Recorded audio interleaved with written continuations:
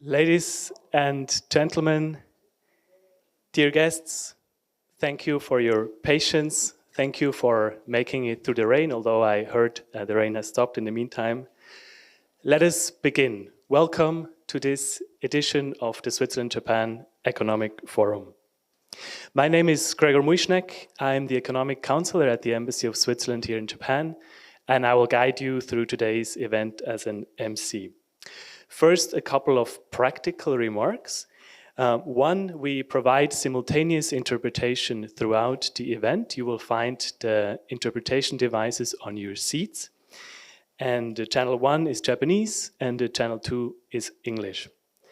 Then 2, let me draw your attention also to the small leaflet or program you have found on your seat.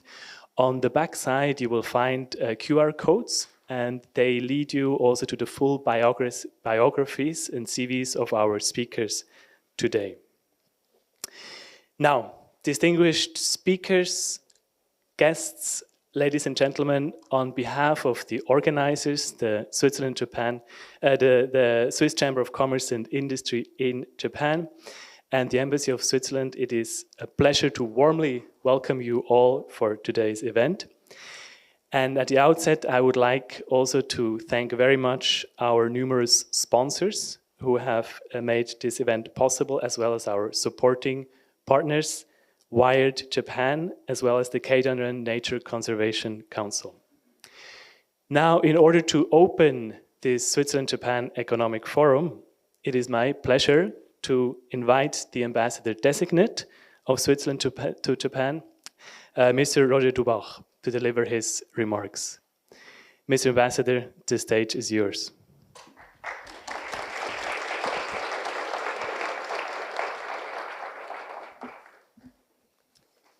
Distinguished guests, dear speakers, ladies and gentlemen. What comes to your mind when you think of Switzerland? Maybe Swiss watches, maybe Heidi, maybe Switzerland as one of the most innovative countries in the world. Or maybe, for some of you, it may be this. Indeed, cows are very important for us, not only as an integral part of the Swiss landscapes, but also when it comes to the economic development of our Alpine regions. Recently, I have read a fascinating book with the title Understanding Cows. I have to admit that I never tried to understand a cow before. But by reading this book, which was written by the Swiss author Martin Ott, I discovered critical observations on the partnership between cows and humans. Let me share a quote. "We must give the cow back its most original and noble task, to enable humans to overcome the technique of scorched earth, so burned earth. They must rediscover love for the habitat, taking care of it in a sustainable manner, the satisfaction with what they have right in front of them, and see their freedom as doing what is right." Ladies and gentlemen, it is in this spirit that we convene today's Switzerland-Japan Economic Forum. Indeed, there is an urgent need to overcome an approach of scorched earth. According to the United Nations, more than 1 million species are threatened with extinction. This has potentially devastating consequences, including for our economies. So how can we address this challenge and take care of our habitat in a sustainable manner? Martin Ott observes that there is often most life and vitality in those areas which lie between wilderness and human-managed landscapes. In Switzerland, in the Jura Mountains, for instance, we see a lot of this mixture between fields and wild trees. Martin Ott underscores that both nature and human activity are essential. It's about recalibrating and finding the right equilibrium. 2 years ago, 196 states adopted the historic Kunming-Montreal Biodiversity Framework, also called the Paris Agreement for Nature. it puts a particular emphasis on companies. Taking up this call for action, a global group of senior executives, the so-called Task Force on Nature-Related Financial Disclosures, in short TNFD, have come up with concrete guidance for companies to assess, report, and act on their nature-related impact.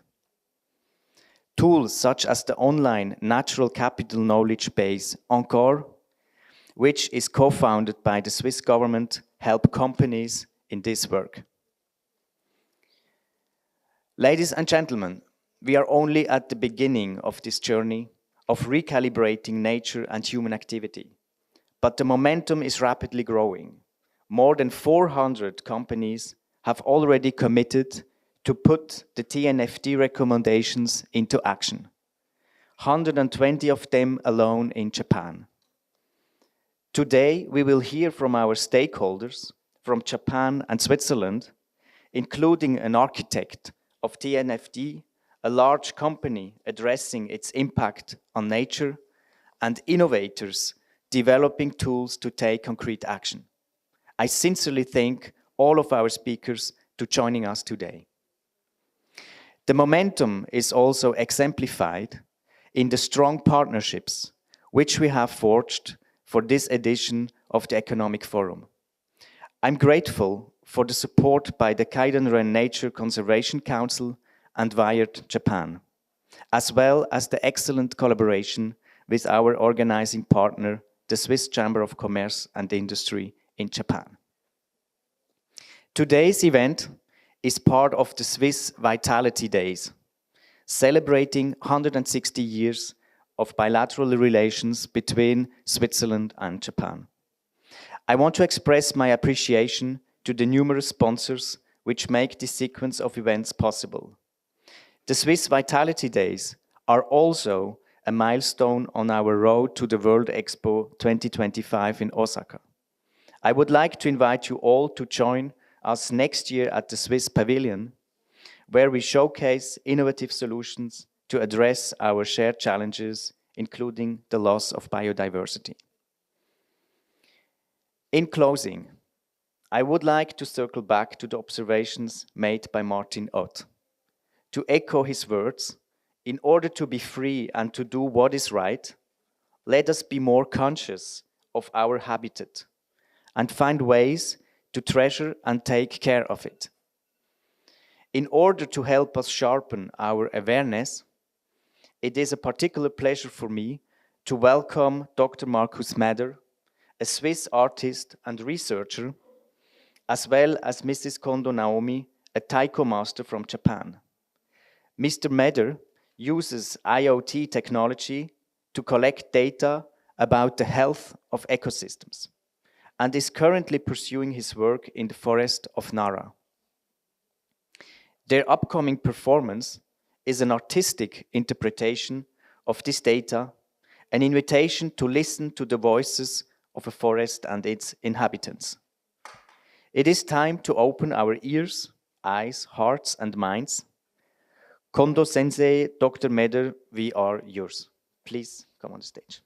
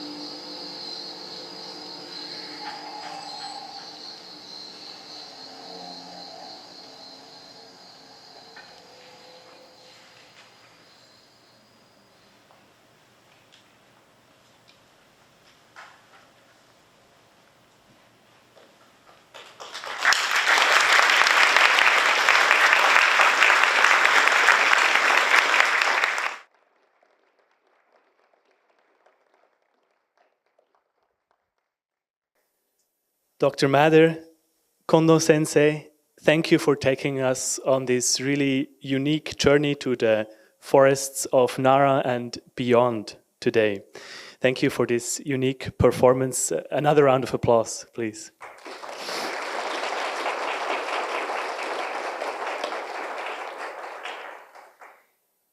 Now I would like to invite Mr. Mather to come on stage and provide us with a few explanations, remarks, comments on what we have just experienced.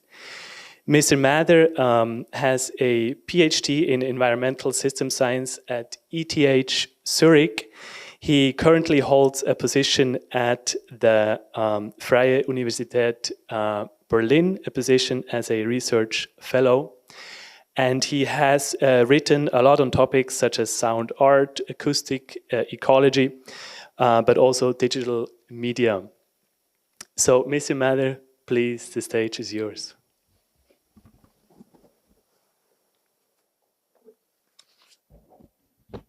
Okay. Hello. Yes, thank you very much for listening. I just want to describe quickly what you heard. Of course, it was taiko drums and synthesizer sounds, but the synthesizer was controlled by measurement data that we took in the last year in the forests of Nara, close to Shimoichi. And that's a pre-study we actually started September 1 year ago. We have 3 tree net stations in the forest that measure tree health at one hand, but we have also, that's something you see here on this slide, a prototype of our recorder with us, which records in interval the soundscape in the forest. And my specialty as an acoustic ecologist is to measure biodiversity by acoustic means. So I analyze these recordings regarding the multitude of animal voices, other sounds, and from this multitude I can estimate biodiversity in the forest. And that's something we want to observe for a longer time, but it's also something as a project that is completely community-based. Maybe let's have the next slide. One more. So I work closely together with the community in Shimoichi, a small village. Hirohashi is the name of it. It's 10 local people working in the project with me, not only by helping me with the maintenance of the measurement equipment in the forest, but also in a discursive format. So every time when I'm here for working, for doing the maintenance, we have conversations about their relationship to the forest and how they interpret how the forest changes. So that's a picture that is two days old. We sat together again and discussed a bit more closely topics like how is it actually to live together with the others, the non-humans. Some are very directly dependent on the forest, like foresters, for instance. There are also farmers in the group that live a bit more far away from the forest, but everyone has a particular relationship, of course, to the forest. So we try to develop something like a holistic view on the research object by, at one hand, scientific measurements, at the other hand, also conversations with the locals, try to integrate the locals into our research, and last but not least, artistic products, as you heard it right before, in the form of concerts, but also sound installations. The next one is at the Yoshino Art Festival, which will be shown at the 12th of October. All right, thanks for your attention, and have a nice evening.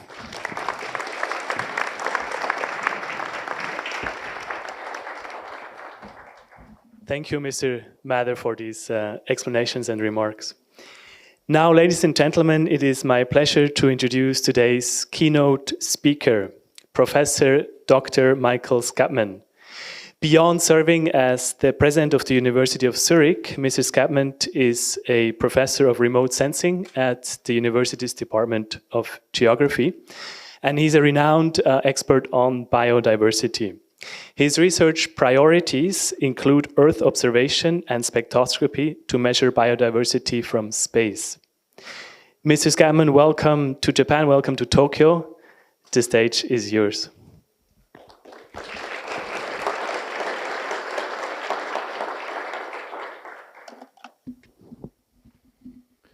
His Excellency, Mr. Ambassador Dubach, Mr. President of EPFL, dear Martin, ladies and gentlemen, distinguished guests, it's a great pleasure being here. You know, everyone has in life two things, a hobby and a job. My hobby is to run a university and my job is to measure biodiversity. But let's go into action and let's see the next slide where I would like to run you in 10 minutes a little bit through the topic why biodiversity measuring can be complicated. And with a background in physics, I can tell you straight away, there is no SI unit that measures biodiversity. So let's see on the next slide where we start. Can we actually define biodiversity? Well, what you see here is a very classical image that we would show in Switzerland to demonstrate biodiversity. And there's something that is eminently clear. It has a very strong cultural bias. Why? It is an unaltered landscape by humans, and you only see plants. Or, on the right side, you see what we call keystone species, so species that are typically rare or stand for something particular. So historically, many people considered biodiversity to consist only of composition and only of species, and even worse, only vascular plants. Now, if we go to the next one, we don't have to go very far from here, and you can see that the definition of biodiversity can vary between cultures. For example, in Switzerland, we would never show a human-altered landscape representing a biodiversity. So it means that there is a fundamental difference in our cultural attitude towards biodiversity. And here you can see that biodiversity has not only human aspects, but also maybe cultural or even religious aspects. And they're integrated. Now, before we go to the next slide, I would like to ask the audience one question, and please answer that question by raising your hand. The question is, in your own definition of biodiversity, do you include humans? If you include humans, please raise your hands. That's roughly half. So that's very interesting. I want to show with that there is a fundamental discussion on whether humans are included in biodiversity definitions or not. In most of what we will hear later, you will see that humans are not included. So let's go to the next slide. Now, please go very slow. Biodiversity is the variability among living organisms from all sources. It's the classical definition by the Convention on Biological Diversity, and the statement reads like a scientific paper that has been going through 3 reviews. As you can see, they added geography, terrestrial, marine, and probably someone complained and said there's other aquatic ecosystems or ecological complexes. So it reads like a definition that has been gone through several reviews and added and so forth.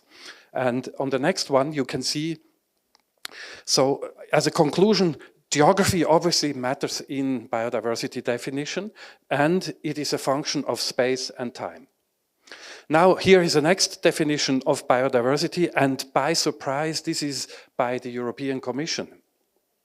And it says something about number, variety, and variability of living organisms, but then is a comma, and you see, including mankind. So, as I mentioned before, and you see that on the next one, are humans now part of biodiversity or not? And you will see later, I mentioned that before, this is not a trivial question. So, in the next definition, you can see that biodiversity is a product evolution, but at the same time, it's driving force. What does it mean?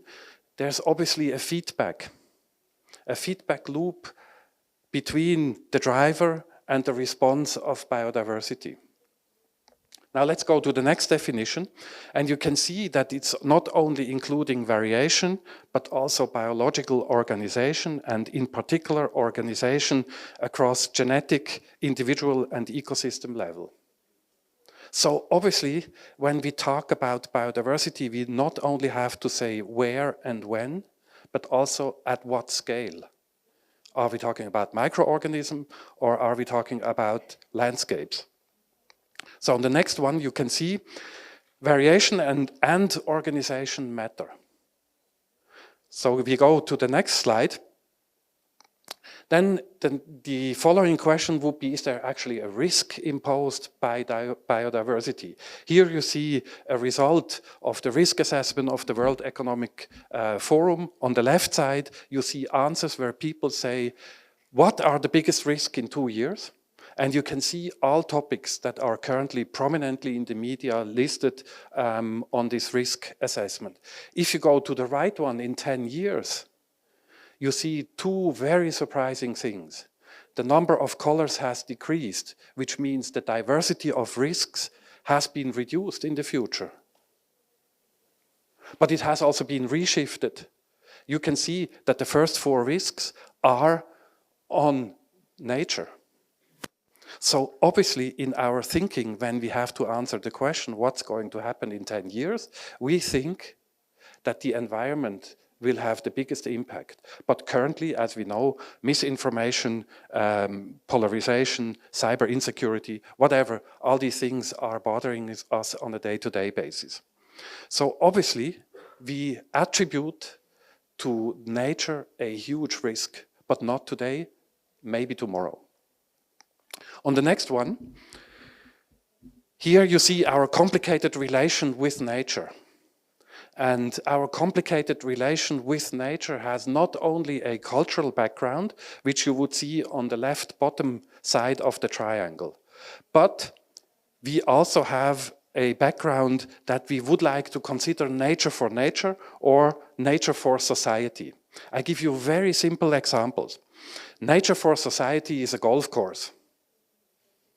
We design nature as we want it to be, and the golf course has to be in green. So we plant a green golf course because we want it to be that way.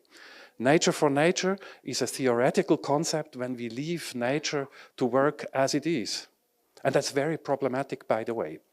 A very short example, the Swiss National Park has been put under protection in 1914. Why? All trees were used for firewood to extract iron from iron sources in the Swiss National Park. The land had zero value anymore, so it was very cheap to put it under protection. Now we are 110 years later, and tree mortality is currently about 30%. So there's a lot of dead trees if you walk in the Swiss National Park. And people complain and say, this is not my perception of the national park. Why? They confuse nature for nature and nature for society. It's not the nature I want to have a different nature. So the park management gets a lot of complaints. Nature as a culture, cultural landscapes are very important. It's not only the rice fields, it's also maybe the Lavaux in Switzerland, which was put under protection. So it's a cultural landscape. Now, our relation to nature is this complicated triangle, and if you talk to people about biodiversity measures, keep that in mind, because everyone argues with a cultural background in a different position on this triangle. So let's go to the next one. Here you can see an interesting graph where in blue you see all protected areas worldwide. In green you see all biodiversity hotspots. Technically, it would be best if all biodiversity hotspots would be a protected area. And you can see they're partially even disjunct. There's no overlap between a biodiversity hotspot and a protected area. Why? We have vested interest, financial, cultural, to protect or not to protect certain areas. Let's go to the next one. Now, it was mentioned the Kunming-Montreal Biodiversity Framework, GBF, was adopted recently in 2022. And there's 4 big pathways that are set out, and you can now move on 4 clicks. Then we see these pathways. It's protect and restore, prosper with nature, share benefits, and invest and collaborate. I would like to mention two things. 1.5, the genetic diversity within populations is maintained. The genetic diversity. In Switzerland, we have an issue that we're building streets like crazy. So ecological corridors are being reduced, and we have a problem of inbreeding in game, in particular in ibex. Because the ibex do not migrate through all the Alps anymore, they stay in their group.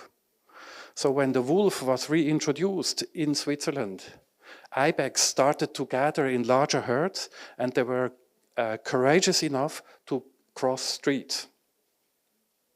So actually the introduction of the wolf was positive for genetic diversity of the ibex population. I will not say why I use past tense here. The second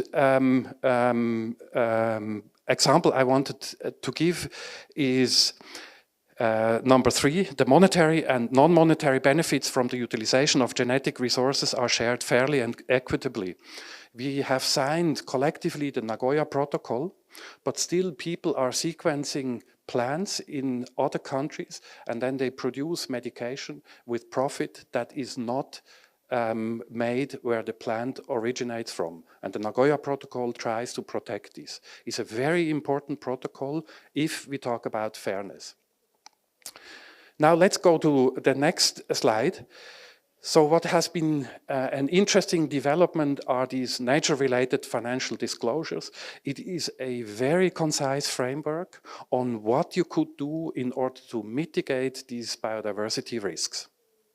And it's extremely important that this is being developed. And by the way, it was very rapidly developed because the climate community has done that already for years.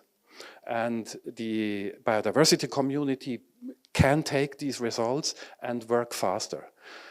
Traditionally, the biodiversity community is about 15 years behind the climate community, and the reason is that in the Rio conference in 1992, the IPCC was founded and IPBES was founded, but unfortunately, they took some separate development paths.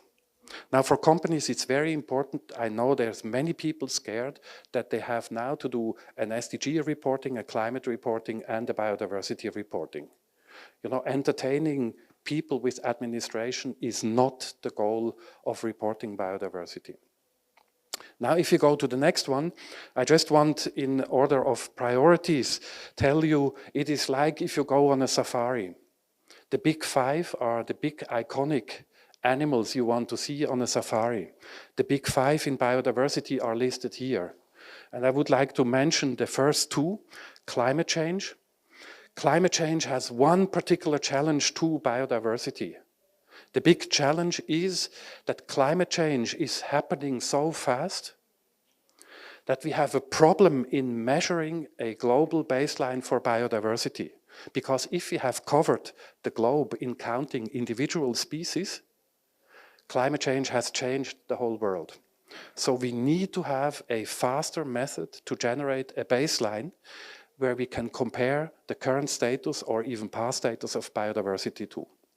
The second point many people forget, land change is the biggest impact on biodiversity. So species are going to be lost because we change our surface. And unfortunately, some of the emerging energies are the worst land cover change actors. Lithium is being mined in open pit mines. So we have to alter the Earth's surface in order to get lithium for batteries. So we need to be extremely careful when we implement these. We have to take these 5, the big 5 into account and always remember where do we do the biggest change on the Earth's surface. And that's currently land cover change. That brings me slowly to the end. On the next slide, please. So is something happening? Yes. There's many things happening. In Zurich, we have, in the meantime, a bank called Globalance. I have no shares in this bank, but they're very interesting that they try to demonstrate where your investment geographically takes place. We have people that are looking for a Swiss global hub for nature finance that's currently in consultation in Switzerland, and the University of Zurich has published recently our Investors Guide for Sustainable Finance, which is taken up by the federal government, and they're trying to implement that. Now let's go to, I think, the last slide. Here I would say, what do we have to do? First, key improvements are needed in standard normative approaches. So I'm talking now to the economists amongst you. We have to assume, as long as we assume that there is a single infinitive lived individual, that we will costlessly compensate in future generations for environmental damage, we're doing something wrong. So currently, economic models believe life has no value. And I think we have to change that in order to make sure that we attribute a value. I'm not talking about cost, because then we have a huge discussion about pricing, and you know, even for CO2, finding a price for a ton of CO2 is not the easiest undertaking in the world. I would like to mention, by closing, there's very interesting initiatives emerging. There's a regional validation of biodiversity indices coming up. I will say something later about that. But most important is a global observatory to monitor Earth's biodiversity. It's a joint undertaking of all space agencies organized on the GEO, the Group of Earth Observation, who is trying to coordinate to measure globally as rapidly as possible the state of today's biodiversity. And today means within the next 10 to 15 years. So we are very slow. And we will announce very soon a Center for Global Biodiversity, where exactly these measures are being implemented and these indices of biodiversity compared, such that you can select which one is the most appropriate for you. With that, I think I have said enough, and thank you very much for your attention.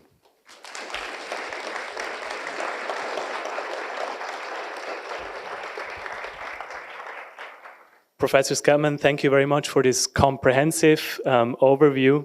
Much appreciated. When listening to you, I really get a sense that in many ways we do stand at a crossroads, at an important moment for biodiversity. Now, in order to further deepen our understanding of those emerging rules, frameworks, standards that you have touched upon, I would like to invite the panelists of the first panel to come on stage and take their seats. Please come. This first panel will be moderated by Yoko Seto. She is the Senior ESG Account Manager and the founding member of the Japan subsidiary of RepRisk. RepRisk is a Swiss ESG data science company. Yoko-san, the stage is yours. Please give a warm welcome to our panelists.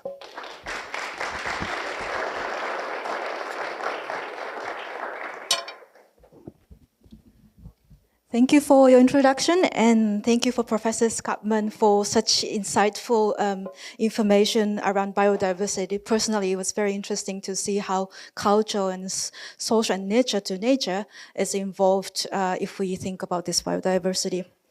So now, as introduced, in this first panel discussion, we will discuss about how companies can navigate evolving, fast-moving standards, targets, and the incentives at a critical time when human activities and conservation of nature and biodiversity must coexist. So today we have a panelist from academia, finance, and startup, who are of course, very professional and experts in this field. As all our panelists are Japanese speakers, please let us switch the language to Japanese.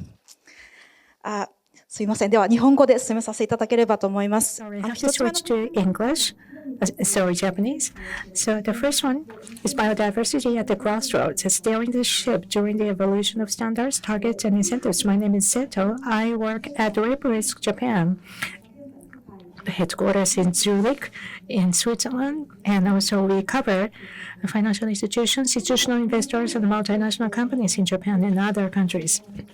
Today, we would like to hear from panelists from business, academia, and startups with in-depth knowledge and expertise in biodiversity and its relationship with business, global trends, regulations, targets, and initiatives, and future perspective. We would like to have a fruitful discussion.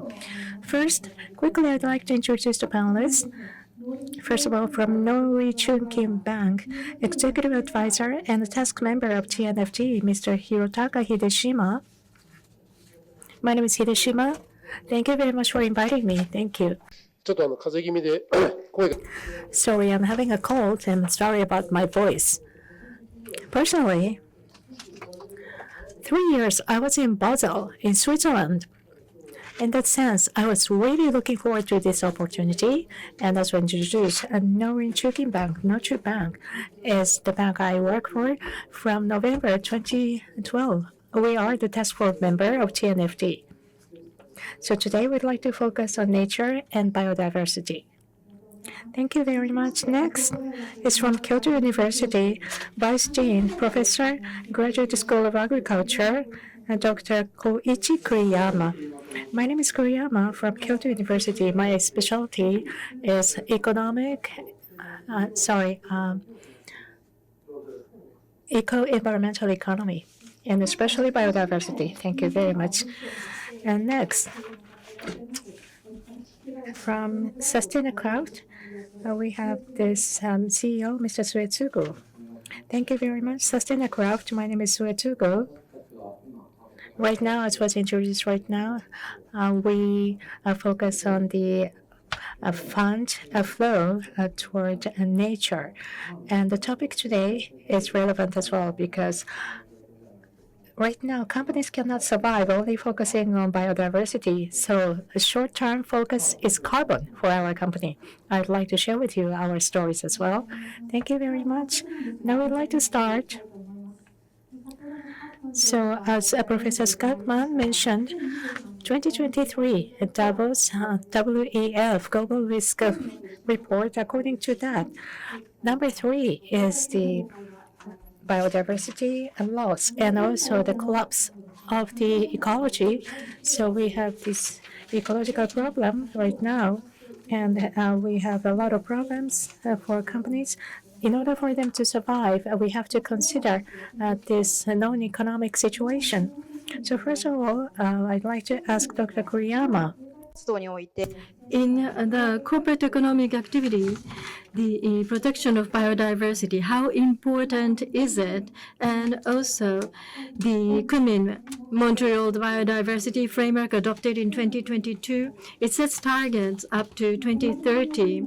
In this framework, what are the roles of companies? Those are the points I'd like you to touch upon. Thank you very much. I'd like you to move to the next slide. First, about conservation of biodiversity. The roles of companies will be very important because in our research group, for example, this is for Japanese companies, through various economic activities, how much impact can we have on environment? We have calculated the economic loss by Japanese companies, and annually, 36 trillion yen had been the loss, which is a huge amount of economic loss that have been inflicted. This is 6% of the Japanese GDP. And the question is, what plays the most important role? That's actually biodiversity. Of the economic loss, biodiversity accounts for 37%. Therefore, in Japan, when you look at human health, more than this impact, the impact of biodiversity is larger in economic loss. Therefore, for companies engaging in such activities, the impact on economic loss is very severe. That's the point we'd like you to understand. Now, for all G20 countries, we have tried to assess the economic values of the biodiversity. Horizontally, we are looking at the value of human health. Vertically, we are looking at the value of biodiversity. Please look at the graph. the value of human health and biodiversity seems to be in a trade-off relationship. For example, in advanced countries concerning human health, it seems that the health is well protected. However, biodiversity is not so well protected. Therefore, the value of diversity would be high in the future. Especially in Japan and EU countries, the value of biodiversity is very high. On the other hand, in developing nations, even human health is still not protected. Therefore, rather than biodiversity, they first need to work on human health protection. Now the problem is Japan.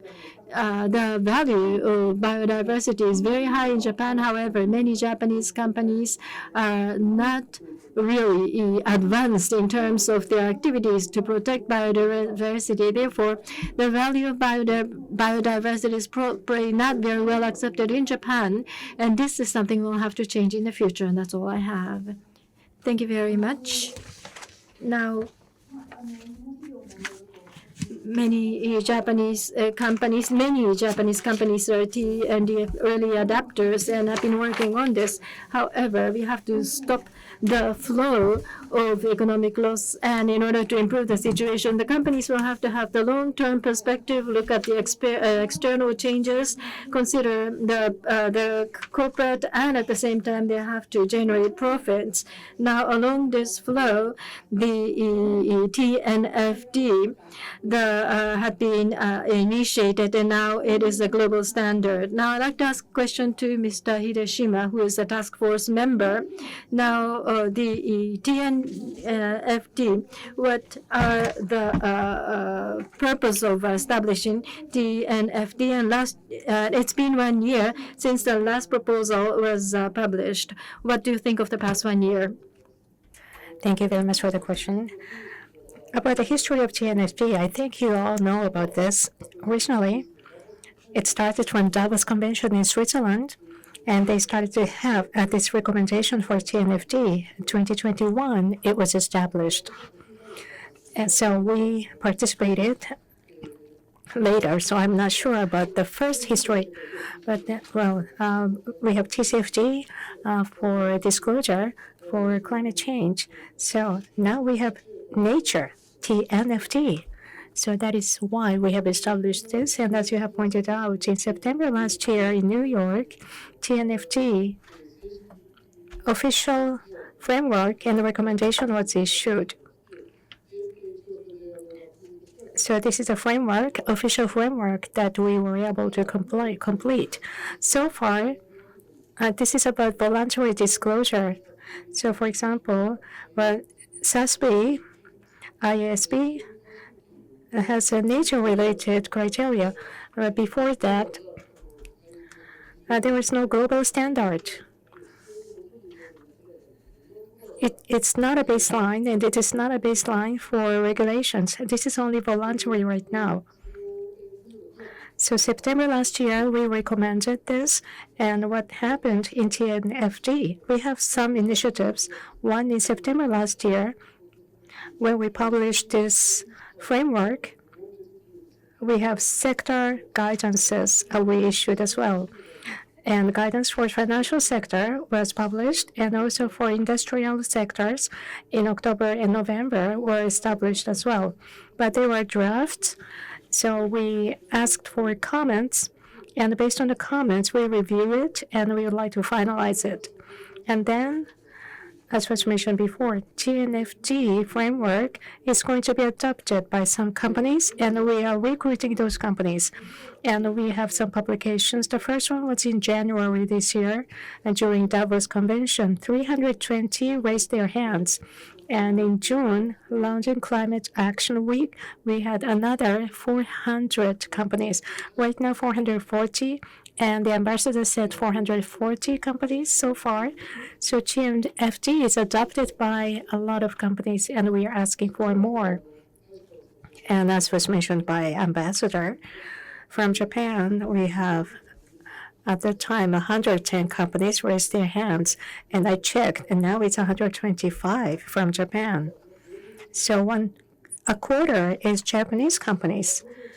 So why Japanese companies? Why so many? I received this question. Well, I'm sorry, I'm running out of time. So later, maybe I can talk about this. So that's what we are doing in TNFD.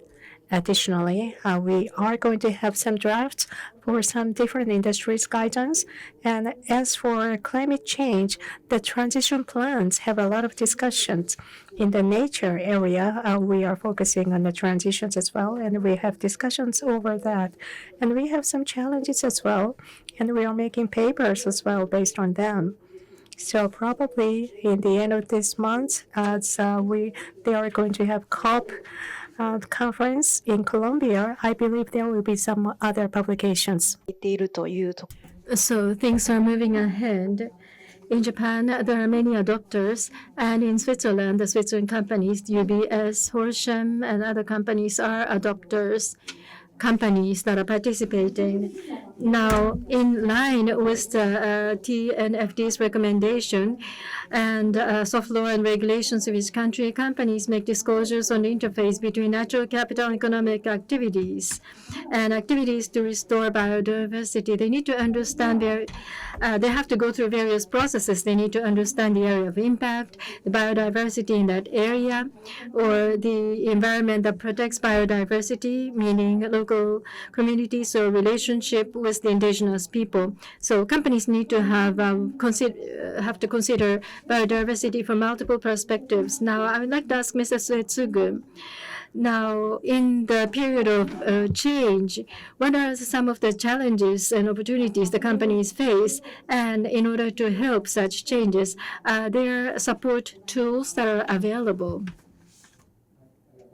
Thank you very much for the question. First of all, just personally, sorry, I am not going to use this slide. You can skip it.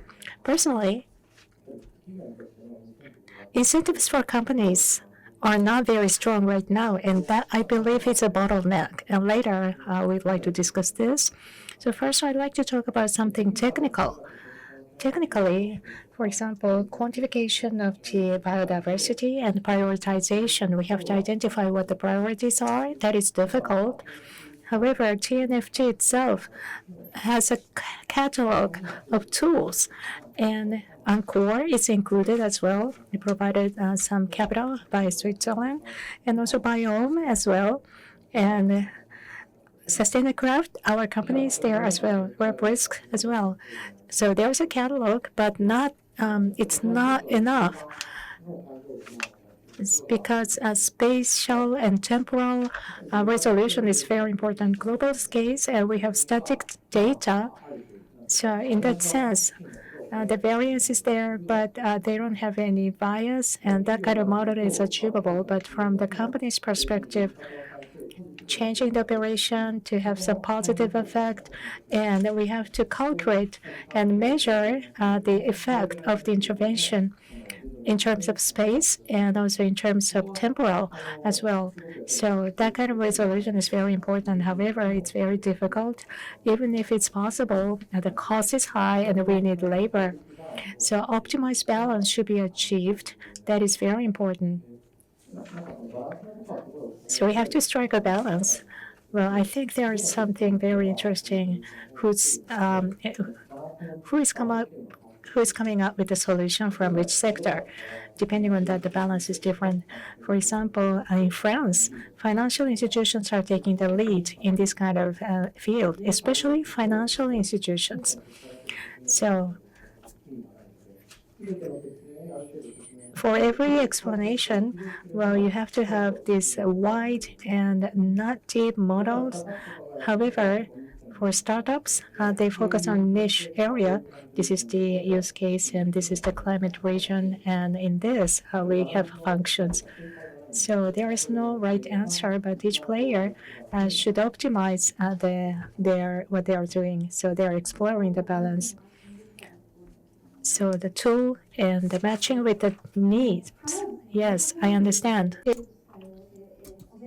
Now we will turn to nature positive and focus on specific measures and role of stakeholders to accelerate and increase the effectiveness of activities contributing to biodiversity conservation.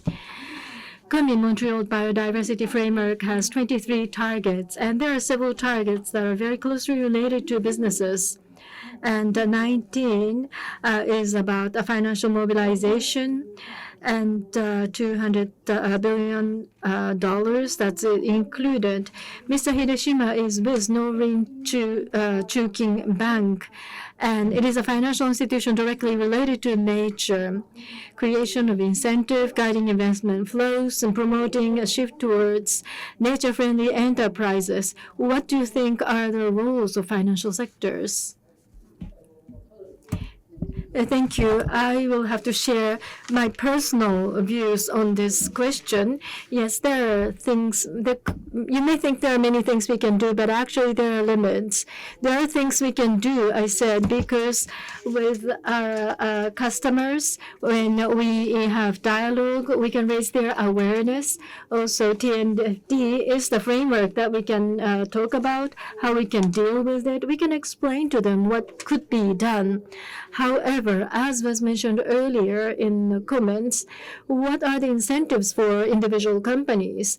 Actually, reputational risk may be an incentive to work, but whether there are financial incentives, there are cases there are not.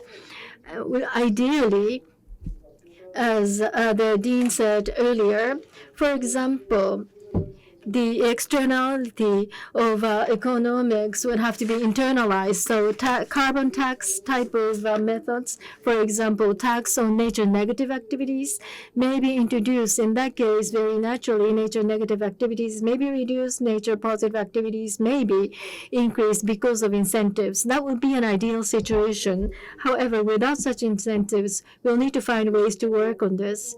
Now, financial institutions may be in the position to take leadership, but in reality, the people in the company who are directly involved in various economic activities need to think about it and then present it to us, and then we decide whether or not we make investment on this. Therefore, companies that have direct relationship with the nature will have to think of the possibilities at first, because we feel that we are rather indirect, not directly related to nature in our activities.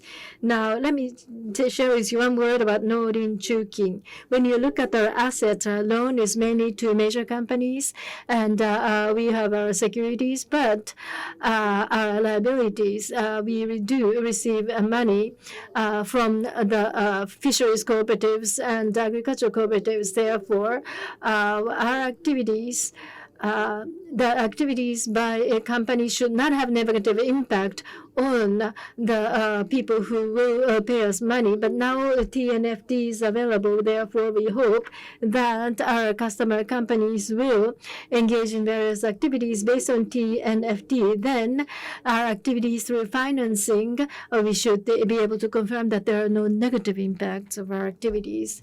Thank you very much. The role of financial sector, you said, is rather limited, but based on what I just heard, it seems that you still have some major roles to play. Now, on that topic, and this is somewhat related to what Hideshima-san said earlier, in 1992, the Convention on Biological Diversity had started, and since then, various effective frameworks have become in place. Now, there are changes of activities, not just companies, but on larger perspectives. How can economy be converted, the nature positive, no net loss, in order to achieve this specifically? Are there any tools, soft laws, initiatives, regulations? What are the possibilities? Kuriyama-sensei, what do you think? Thank you for your questions. Well, it seems that currently protecting biodiversity do not directly link to the profits for companies, and we need to change that. To do so, the system in a society as a whole will need to be changed. One way is information disclosure like TNFD. But whether it leads to economic profits, no, it will not. The impact will be weak. So directly, we need to find ways for diversity protection to be profitable. And the biodiversity credit would be good. And this is similar to CO2 emission and credit. If companies protect biodiversity, it could be a credit and it can be sold to other companies or overseas. Globally, such credit market is still not established for nature, but in the future, as in the case of CO2 for biodiversity as well, once market is created, companies will be able to generate profit by protecting biodiversity. But to create such market first, we need to find technical solutions to assess the effect of protection of biodiversity. And by doing so, we need to have a system. We need to change the society for biodiversity protection to be profitable. Thank you very much. Now, there are various types of tools and methods, including credit, and oftentimes they need to depend on the national government and other institutions. Yes, as the Dean said earlier, there are hotspots for biodiversities, where biodiversity is quite affluent. There are multiple places, and protecting those hotspots will be the priority.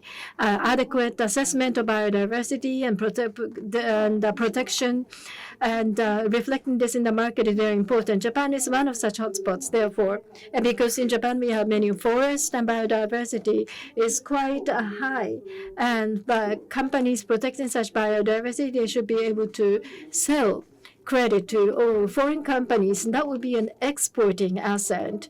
That's what we can do in Japan, but to realize this, we need to collaborate with foreign companies and find ways to protect where the biodiversity level is very high. Thank you very much. Now we'd like to go deeper. Yes, please. Well, that's a very important point. Credit is very important, Mr. Kuriyama. And additionally, what is important additionally is in terms of climate change, net zero is the target and 1.5 degrees target. In terms of nature, we do not have some specific targets like that. That is a problem. For example, 1.5 degrees and net zero of CO2 emission, GHG emission. So GHG net zero globally is agreed. So each country is committing to that, and each company can take actions for net zero. If you don't achieve net zero, we can use credit. So the credit is really working. So the target is very important. So the target in the nature field is not very specific, measurable, and everyone agreed. We do not have such kind of things. We do not have commitment by each company and country. So nature positive, there is no agreement.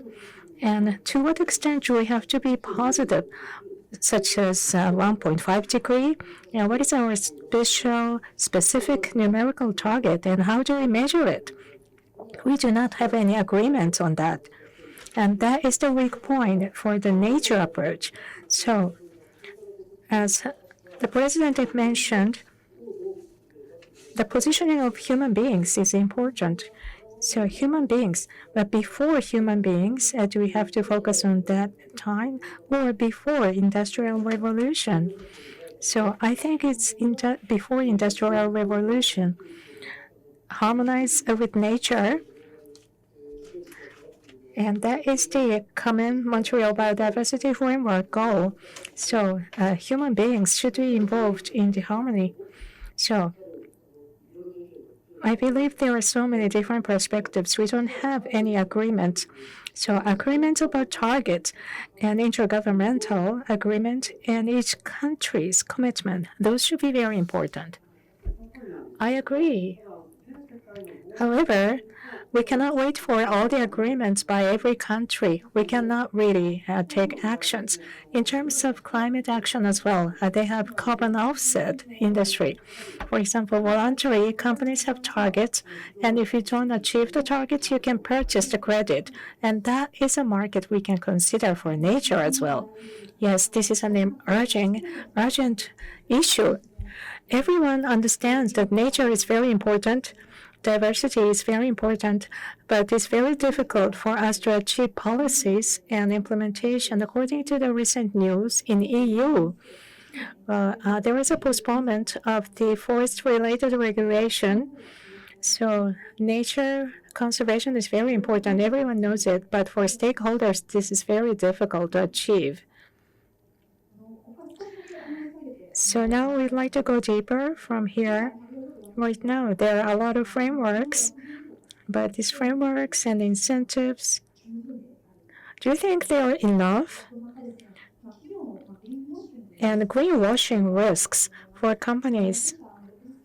Well, at the rep risk at our company, because of the regulation in Europe, we have less greenwashing cases. However, well, there is a growing concern about it.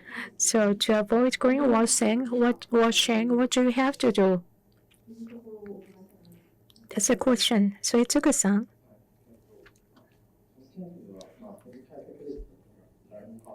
Well, no one is purchasing biodiversity credit right now, so it's not an incentive right now. In terms of carbon initiative, for example, forest fund, well, outside of Japan, everyone is using it, and so that there is a fund flow into forest. So basically, because of the real estate value, they can obtain earnings and also additional carbon-related income and profit. That's the forest fund, but it's evolving. The carbon prices per ton is about $50, so they have some prices. So the balance is really different right now. So I have expectation to financial institutions, especially in the United States, like Microsoft. They have large enterprises purchasing the credits for 15 years, so they use their money. But they don't have advance payment, so there is a financial institution involved. So this is debt finance. And in the conditions for debt finance, for example, it's not only CO2, well, for example, water resources and biodiversity, they have certain conditions. And then the debt repayment conditions are eased, and Brazil and some other countries have these kind of schemes. So for those developers for this project, biodiversity and also forest timber prices and the included values, not only them, we have to consider more the biodiversity, and so the conditions for repayment will be eased.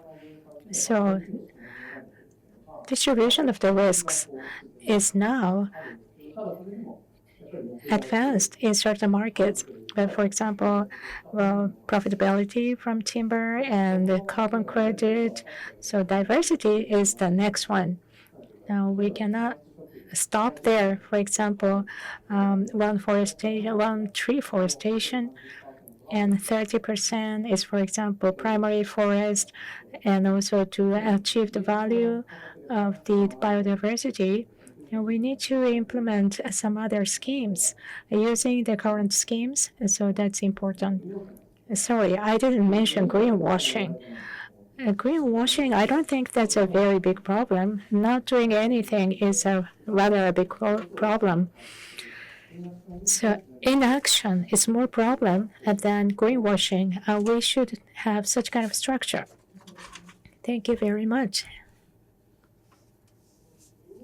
Greenwashing, for example, SASB, according to SASB, they have the standard, and in Japan, we have SSBJ that publish their own standard, and the guarantees for that is in discussion right now. So probably the guaranteeing work is very important. However, as he pointed out, greenwashing is not an excuse not to take any actions. We have to take actions. Thank you. So going forward, we need to achieve nature positive protection and also profit making, and gaining understanding of people is important. For example, based on the policies and company actions, and regardless of Japan or Switzerland, I think it's important. But toward the end of this month, COP16 will start in Colombia, and based on the trends of non-financial information disclosure on biodiversity by companies, So what kind of developments are expected in Japan and around the world in the future in terms of contributions? And what's your expectation?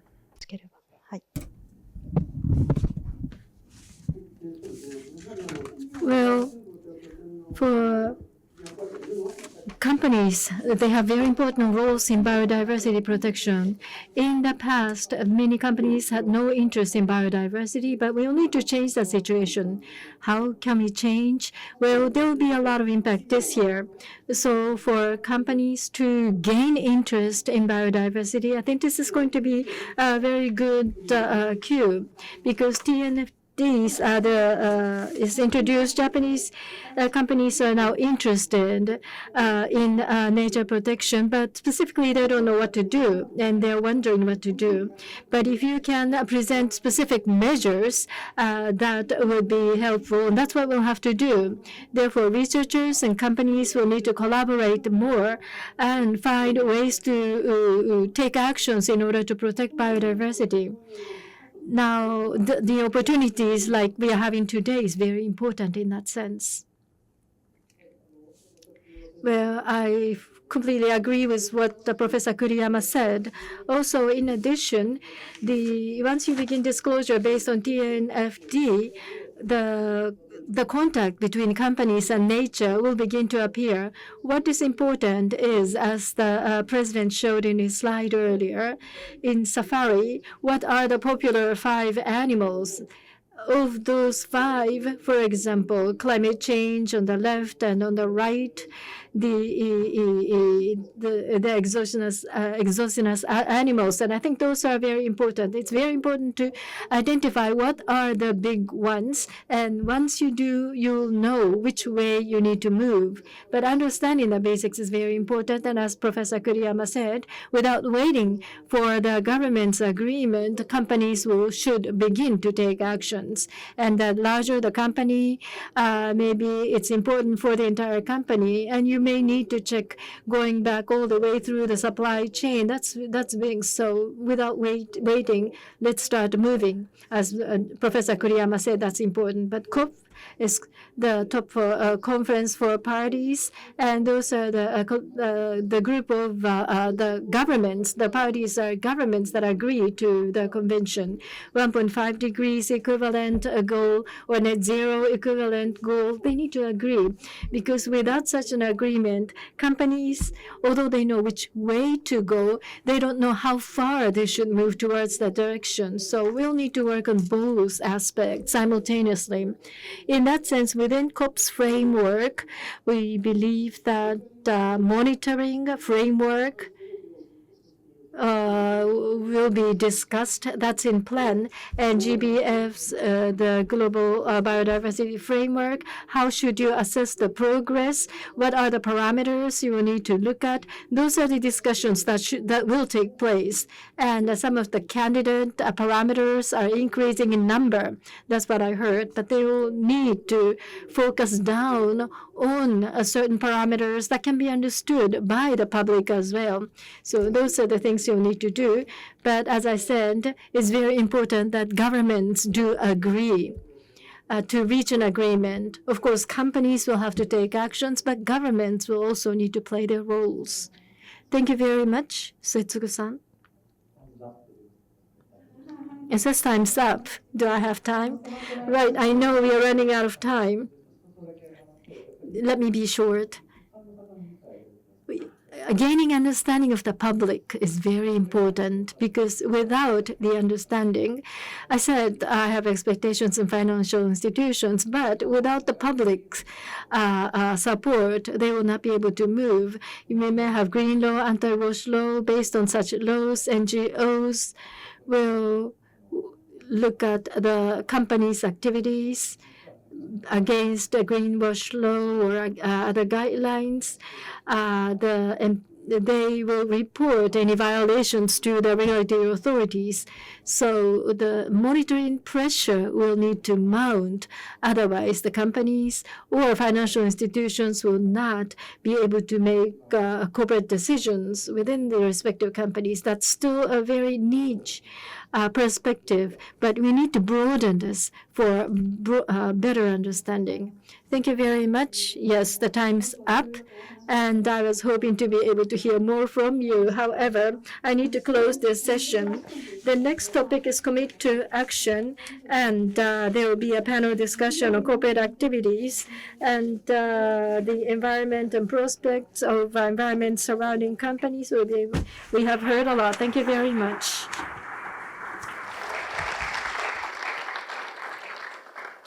Let me thank our distinguished panelists and Yoko-san for this really sharp and interactive, vibrant exchange we have just witnessed. And I think it very much navigated us through this emerging set of standards, targets, frameworks.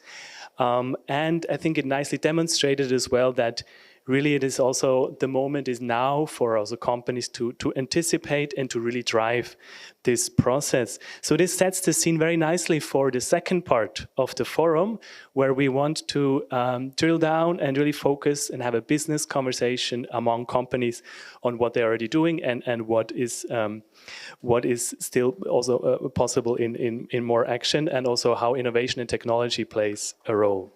So ladies and gentlemen, let's take a short break. I suggest that we reconvene here at 5:30. So in a good 10 minutes at 5:30. There's coffee just outside the hall. Toilets are at the entrance where you came in. And so see you back here at 5:30. Thank you. Ladies and gentlemen, dear guests, thank you for taking your seats. Thank you for your patience, and let's get started with the second part of today's Switzerland-Japan Economic Forum around biodiversity. We now begin this second part with brief reflections on the first panel and observations on biodiversity as a global risk, but also a global opportunity. And for that, it is a privilege to introduce Ms. Nicole Schwab, who joins us live from Geneva, Switzerland. Ms. Schwab is the co-head of the Nature Positive pillar of the World Economic Forum and a member of its executive committee. In that role, Ms. Nicole Schwab oversees the forum's work on transition to a nature-positive economy, alongside also the forum's work on restoration and conservation on forest landscapes. Ms. Schwab, a very warm welcome to our economic forum here in Tokyo. And I think I can say the screen is yours. Thank you very much. And thank you for inviting me to this really interesting event today. I'm going to start by just sharing some of the key takeaways from our previous panel. I'm not going to try to summarize because it was a very rich discussion, but I want to draw out a few key takeaways, then link that to some of the work that we're doing at the World Economic Forum and some of the opportunities for action by the private sector. So there's 4 points that I think came out quite strongly from the previous panel. The first one is that we have many emerging global standards and frameworks to monitor and mitigate nature-related risks. And these have been developed by regulators, by central bankers, by market initiatives, and particularly TNFD. And I was very impressed to hear how many Japanese companies have already joined TNFD. Yet most of these frameworks still sit in the voluntary domain. However, the second point is that with the Kunming-Montreal Biodiversity Framework, and particularly the target around policy measures to encourage assessment and disclosure of nature-related impacts, it is likely that some of these measures will become mandatory in the future. So we're really seeing a very rapidly moving landscape in terms of nature-related impacts. The third point is that companies have a very important role to play, but the incentives, as we have heard, are not strong enough yet. Fourth, and that is connected to that, there are new market instruments. We're seeing new market instruments in this space that are also helping to start valuing biodiversity. But the transactions that we're seeing are currently still linked to carbon. So we don't yet have a market on its own. And obviously, there's also the question of data and measurement to ensure high integrity, which is a critical point that was also mentioned. And so finally, I would say that it's moving very fast. We have some catch up to do with the climate movement, but I think we're moving very fast in the biodiversity space. We don't have all the details yet, but as one of the panelists said, this is not an excuse not to take action. And so in this context, I just want to share a few things we're doing at the World Economic Forum. As was illustrated by Professor Shepman, we started really this work in 2020 when out of the top 10 economic risks, the top 5 were related to climate and nature. And in 2024, as was shown, 4 out of the top 5 are related to nature and climate, extreme weather events, biodiversity loss, ecosystem collapse. So this is on everyone's minds, and we know we have to act fast. We also estimated that the risks to business from nature loss correspond to $44 trillion of economic value generation. But we didn't want to stop just at the risk perspective. And so with our new nature economy report series, we looked at the opportunities from a nature positive transition. And we looked at the 3 systems that have the biggest impact on nature loss. This has been mentioned also: food, land, and ocean use, infrastructure and the built environment, and of course, energy and extractives. But across these, if we took this nature positive transition, we estimate that this could generate $10 trillion per year in new opportunities and create 395 million jobs by 2030.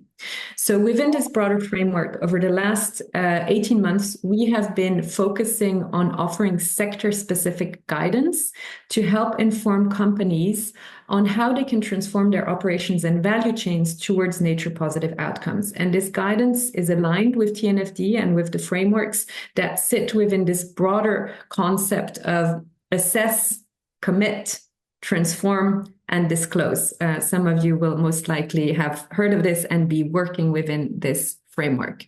So we've been looking at a range of sectors from chemicals, cement. We're going to be launching guidance for new sectors at the annual meeting in Davos in 2025, including automotive and mining. And in addition to that, we are now focusing very strongly on the question of financing the nature positive transition and the role that banks and financial institutions can play in looking at nature transition plans to assess for financial institutions to make the assessment. So to advance this work, we have a community called the Champions for Nature. It's a multi-stakeholder community. And just last week, 2 weeks ago at the New York Climate Week, we launched a CEO action group for nature to start to lead this transition with the companies that are really kind of leading the charge in terms of assessing their materiality and making these transitions. So in closing, I think I'd like to close by saying we know the times are urgent. We know that some details are still missing, but we have frameworks, we have clarity on pathways, we have some opportunities that have been laid out. It's also a time to start to integrate the net zero transitions with the nature positive transition, because there's so many interlinkages in terms of efficiency, energy, water, land use, that it's really a very interesting time, because we're also kind of seeing this convergence happening, whether across the COPs, but also within companies in terms of their strategies. And the private sector, I think, has a key role to play, and the opportunity is to start by looking at impacts and dependencies that are most material with respect to nature, and then focusing on 5 priority actions to reduce negative impacts and unlock new opportunities across operations and the value chain. So we feel it's a very difficult time because the risks are rising rapidly, but it's also a time of great opportunity. And it's really an encouragement for everyone to act and to start the transition now. Thank you very much.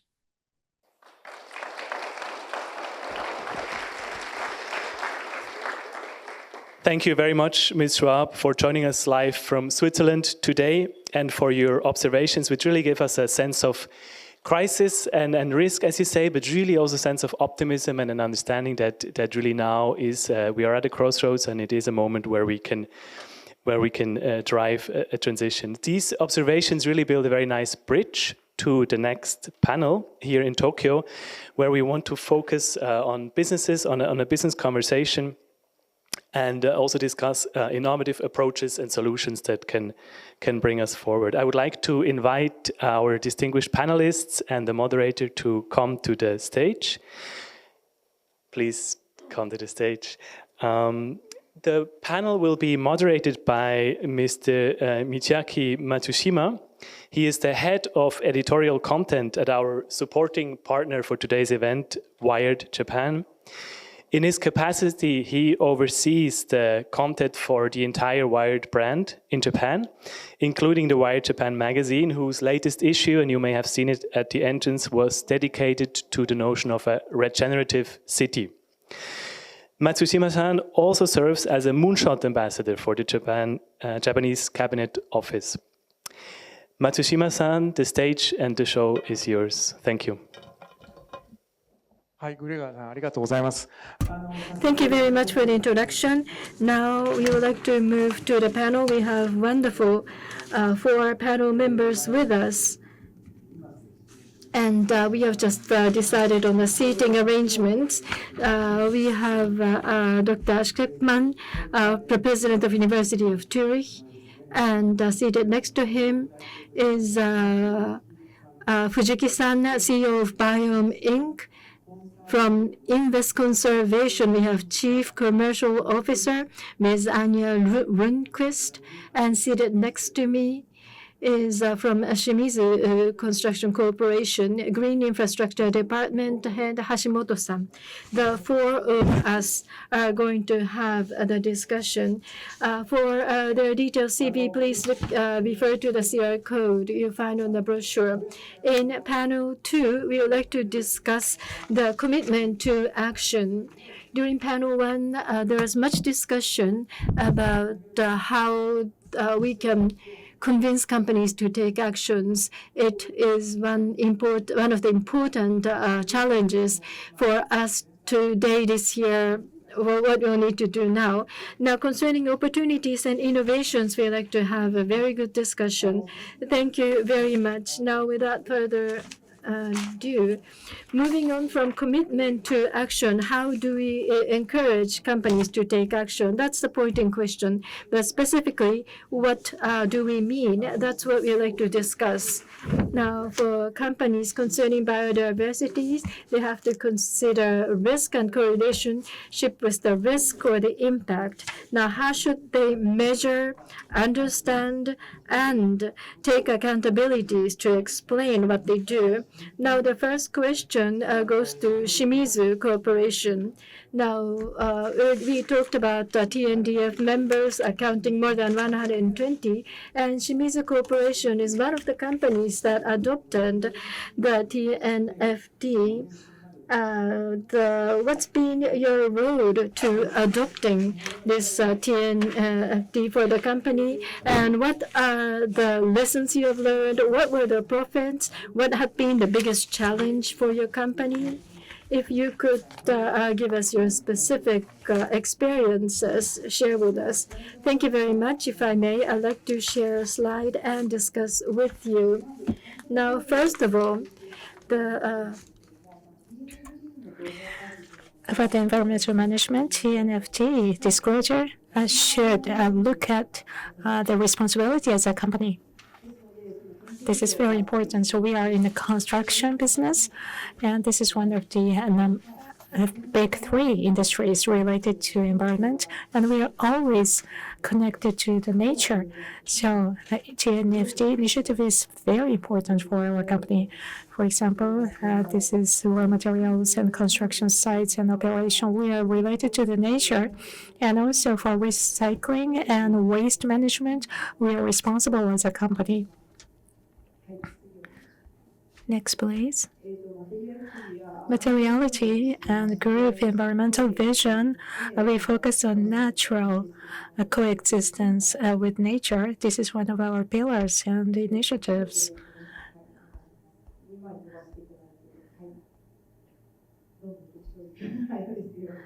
Sorry, I have to skip some. So TFNT structure, and based on this structure, we disclose information. And this is about identification of our dependencies and impact in the upstream, especially timber really depends on the ecology and ecosystem and all the supply chain processes. For example, upstream, downstream, and direct operation, we have impact on the nature, so we have to take some initiatives. In the upstream process, for example, formwork plywood, for example, we depend on international plywood. We have to import, so we have to address this, and we are related to a land use. So this is natural KY. This is our initiative as well. For plywood, formwork plywood, we questioned some supply chain customers and partners, and Nature Positive 2030 is our goal. And first of all, the formwork plywood, and we are going to have 0 non-certified plywood that comes from other countries. So right now we are asking for cooperation with other partners. And so this is Nature KY. What we can do is not very many, but from the sales, we need to know about the nature. So to decide if we are going for the project or not, or do we have to address certain things before going to the project, these are the initiatives. So we are in the construction business. That means we make the customer's dreams true. So even if we make proposals, if they don't match the dreams of customers, we cannot really construct. So that is the most difficult part. Still, we have a lot of contacts with the nature in this sector. So we have to start what we can do. For example, how we are going to monitor our changes, to what extent we have to monitor if we change some nature. That is our challenge as well. Thank you very much. As Hashimoto-san said, green infrastructure is something that we must have been working for a long time on nature. Now, as you joined the TNFD as the company, what had been your attitude? Thank you very much. We already have a TCFD membership, so in the management, we agreed that we are going to do some projects for nature as well. However, we are in a construction business. To what extent we have to take responsibility? That was something we couldn't really achieve agreements. For example, this is related to the nature, and it's not only about the financial number disclosures. We need to disclose the information to consider some ripple effect of what we do. For example, this is what we do, and for example, university grads want to join our company by looking into the company information. So human resources, for example, we had 220 people, and how we are going to evolve. And this is one of the major standards. And thank you very much. As a company, you have a vision, and that has an impact, and the branding that has an impact as well. You have multifaceted approach. So I'd like to ask Professor Scotman. Hashimoto-san talked about construction industry.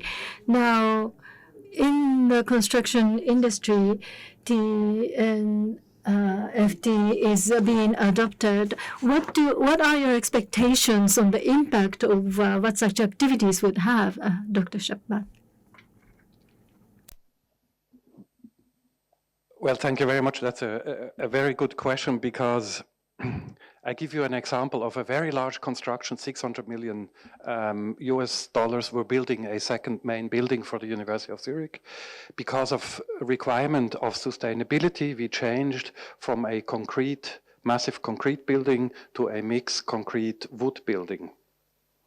So when we decided, I had to reserve all forest reserves in the forest of the canton of Zurich, which is a small canton, in order to make sure I can build this building using wood that is coming from the environment, from nearby. I was not the only one who had this idea, so there was a lot of competition, and now we have to import the wood from all over the globe because we have two shortages: the total amount of wood and sawmills that are capable of preparing the wood on time, which now reduced the benefit of sustainability and in particular biodiversity by a factor of 3. So we are only a factor of 2 better now than a classical full concrete building. What I'm trying to say with that, there is huge competition on natural resources. And if everyone changes at the same time and says we're going to use our natural resources, we're going to reduce substantially the total amount of forest area in the world. So suddenly you delegate a problem somewhere else. With a very good idea locally, you generate someone else's problem. And I think that is a concern we have at the moment, where I believe the construction industry is the one that is the most aware of the impact they have on biodiversity. At least the ones we work with, they are totally aware, and we need to be careful that we do not outsource the problem to somewhere else. ありがとうございます。橋本先生。Thank you very much, Hashimoto-san. Earlier we heard from construction industry, and you said non-certified plywood will not be used anymore. Now, concerning these resources, what would be the impact? How do you think you can leave a positive impact for the past 1 year or in the future, in your prospects for the future? Are there any plans for your positive actions? Thank you for your question. Concerning the frame for the construction, especially in Kanto area, most of the associated companies have very high level of awareness, and they accept our intention to only use certified wood. And in other areas, some companies would like to use Japanese domestic lumbers. So by having a conversation, we can reach an agreement on what we would like to achieve. So dialogue. Offering the opportunity for dialogue is making us move towards positive direction. Thank you very much. Now, it tends to be that you have to have a very broad level of discussion, but on one-on-one individual discussion, you can have discussion on higher resolution to identify what is needed, what is wanted, including biodiversity, and then we can begin to discuss how we can utilize that discussion in actual business. Now, let's say, for example, in that sense, well, as we just heard from Shimizu Construction, not just the company itself, but the researchers and the startup companies, the ecosystem as a whole will have to begin to move innovation. Now, we are focusing on Wired, which is a startup company. Biome has taken a very unique approach for offering solutions and tools. Fujiki-san, can you please tell us what activities you do at Biomes and what are the solutions you're offering? Thank you very much. Now, I'm from Biome company, and let me share with you what we do. Now, our company, as a startup, biodiversity conservation is not profitable, and that will not move forward. That's been the concept that started us. We thought that the protection of biodiversity should be the mainstream of our business. So we are only working, our company only works on biodiversity, but we have 2 themes. And as was mentioned in session 1, we need to be able to quantify biodiversity. Assessment is necessary. That's the first point. The second point is we want as many people as possible to have interest in this field. And we thought those are very important, and that's what we wanted to achieve in our business operation. Now, what we are doing is to develop application where people can enjoy growing lives, little animals like Pokemon Go biodiversity version. They take photographs of lives and collect those and enjoy it as a game. Now that's an application. More than 1 million people have been using this application to enjoy games. Now, and 1 out of 1 million users of smartphones have this application. So people are directing their interest towards biodiversity. We are feeling this outcome and effect, and at the same time, we are gathering data, and that's presented in the middle of my slide. On the real-time basis, discovery of lives are updated for 10,000 per year, and 8 million data is being collected around Japan right now, and we use that data to move further the protection of biodiversity. And as the right part of the slide shows, we have more than 400 projects in Japan working with major companies, universities, and local communities.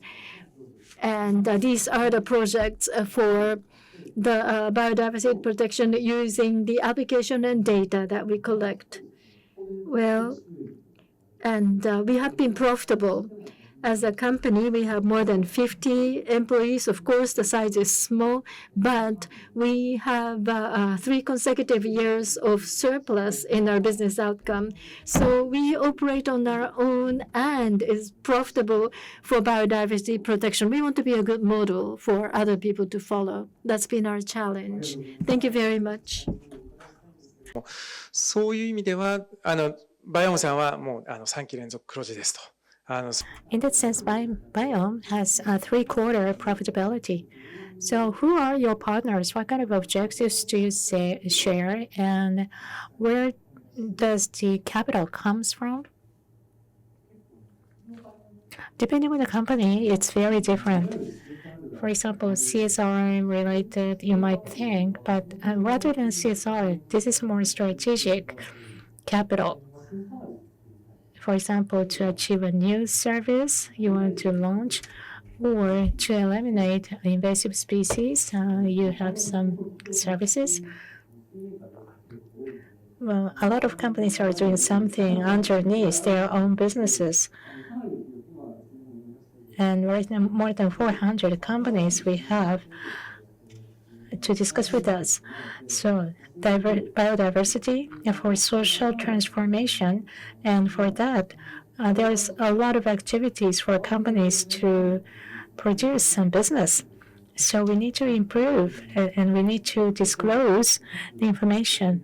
And also, some people want to do ecotourism. This is a variety of requests, and they are really focusing on biodiversity. So in this area, we had some pessimistic perspectives, but right now, I see a lot of positive approaches.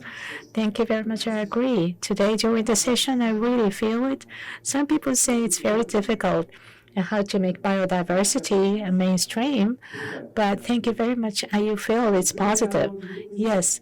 So I'd like to ask next, Anya Lundquist. Well, we were talking about Pokemon Go. So you need to measure the biodiversity, and you have to understand it.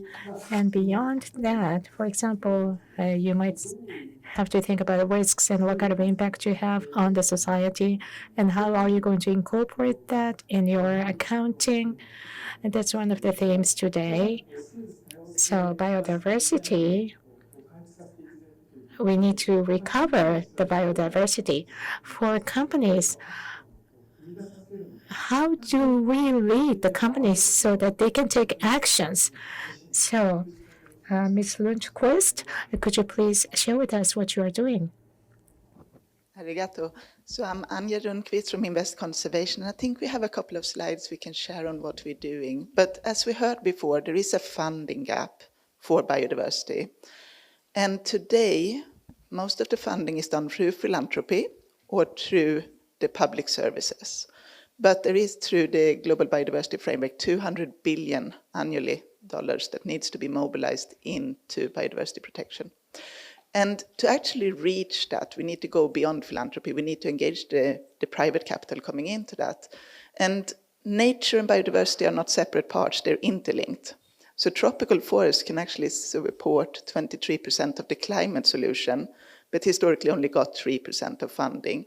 So Invest Conservation was funded to drive investments into conservation. So our founder was one of the founding directors of New Forest, a 7 billion asset under management sustainable forestry forest.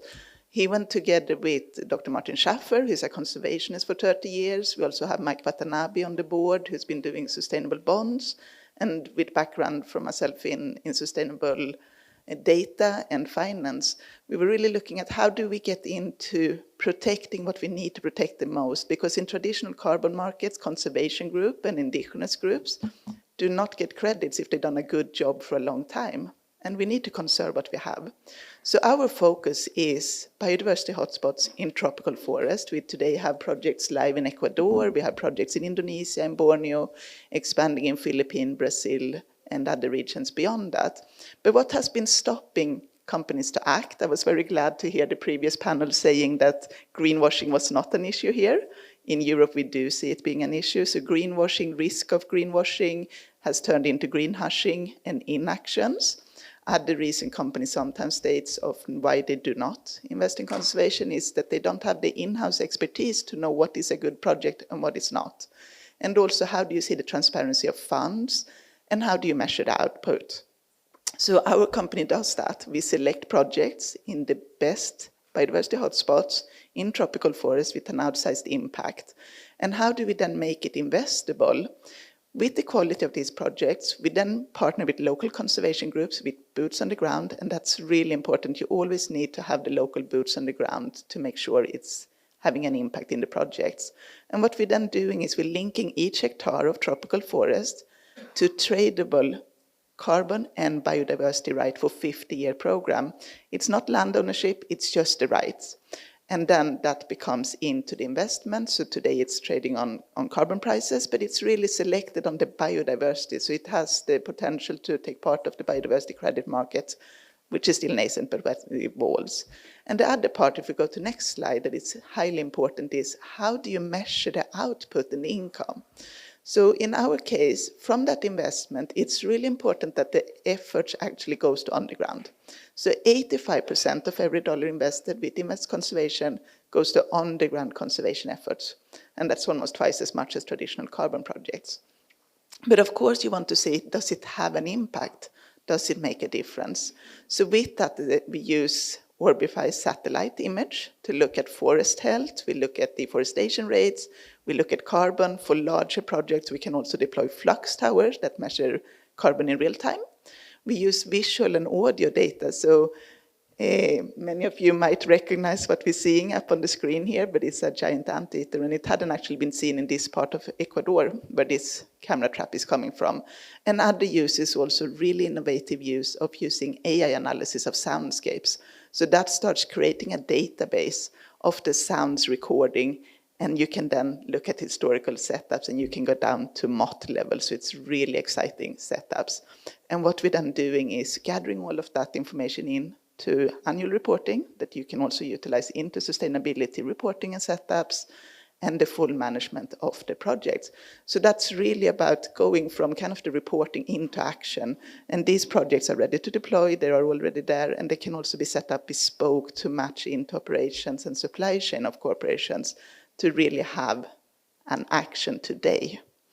So that's a part that we need to look at. We need to conserve what we have today. And many of the financing historically gone into reforestation, but we really need the conservation of what is already there. So that's what we're doing. ありがとうございます。そういう意味ではね、Thank you very much. In that sense, the use of soundscape. Well, last year in Wired, we had an article on soundscape. We use AI, soundscape, and satellite data collection. That's what we do. As we have been saying, the existing big players, We need to convince them to align with biodiversity. That's one important point. But another point is that we have innovation in our field. We use various technologies. Fujiki-san's company Biome as well. Those companies are doing business. So these type of new businesses will come into existence. Now, Dr. Shepman, the satellite data is one of your expertise area. Now, before Wired, the Deep Tech for Earth, Deep Tech for the Earth is an article that we ran in the past. These type of new technologies leading to biodiversity improvements, what are your expectations in what can be done? Thank you very much. We have some slides on that.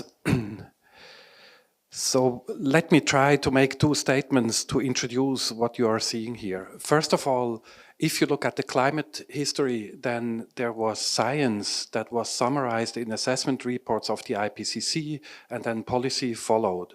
So the 1.5 degree was a logical argument from science, and then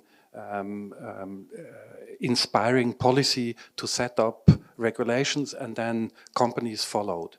In biodiversity, it's very surprisingly different. There is excellent science, and there's currently more companies doing things than governments are doing things. So I think we should really call for stopping producing legal documents rather than putting in action. I mean, I was really amazed to hear that so many Japanese companies already subscribe to reporting biodiversity. That is really a surprise, which was not the case in the climate story. So now if you look at that and you say, what are we going to do? The most important thing is you must validate the data. Now there's 2 points in validation of the data. One is satellites that are currently covering the Earth, they have 2 challenges. Our mobile phones are using so much of the bandwidth to download data from a satellite to the Earth that we cannot build the full potential of recording of optical and radar instruments in space. So we have to make compromises. So all instruments that are currently measuring the Earth, and there's many companies that do so, they are limited by downlink capacity.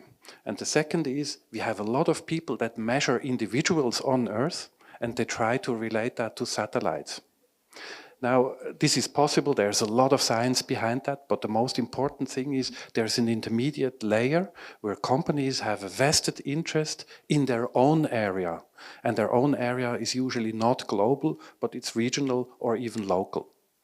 So we built, as you can see here, with a consortium of 7 partners in Switzerland, jointly with the NASA Jet Propulsion Laboratory, a small camera. The camera is worth $30 million, as you can see it here. Just imagine we had 400 iPhones in our hand, and every 20 milliseconds we would take a picture. So we cover about 6,000 square kilometers per day. That's about 6 terabytes of data. Now, these 6 terabytes can today not be downloaded by a satellite. That's the reason why we built the camera in an airplane, and we fly for companies and for satellite operators. So for NASA, for JAXA, by the way, for the European Space Agency, and also for commercial providers like Planet. We fly at the same time when their satellites fly in order to see how much a high-resolution camera can reproduce what the satellite sees, and how much the high-resolution camera can reproduce what the people on the ground see. What's the problem? Again, biodiversity is changing so rapidly that we need to have inventories every 30 to 50 days of the whole Earth in order to measure biodiversity change. Maybe you have realized in all these talks we talk about measuring biodiversity. So we talk about the initial state, but what we actually want is to measure the biodiversity change. So how does it change from yesterday to the day after tomorrow? And that's very important. So on the next slide, you can see that we pioneered this. You can see at the moment in this image 44,000 trees individually extracted, and allocated with so-called functional diversity. Functional diversity does not measure necessarily individuals, but it measures the function of the plants. And you can see on the left one is physiological diversity, which means this chemical composition of plants. Currently, with this instrument, we can extract 35 molecules out of plants.